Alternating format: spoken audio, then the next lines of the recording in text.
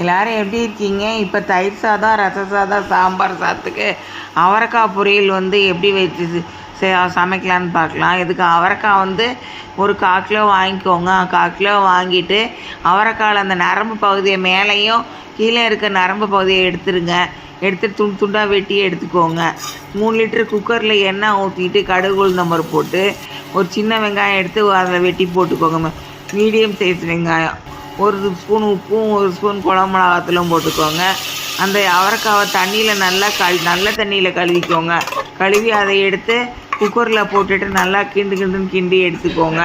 அதுக்கப்புறம் குக்கரை மூடிட்டு கேஸ் ஸ்டவ்வில் மீடியத்தில் வச்சுக்கோங்க. வச்சுட்டு ஆவி வந்தோடனே வெயிட்டை போட்டு ஒரு விசில் வந்தோடனே ஆஃப் பண்ணிடுங்க.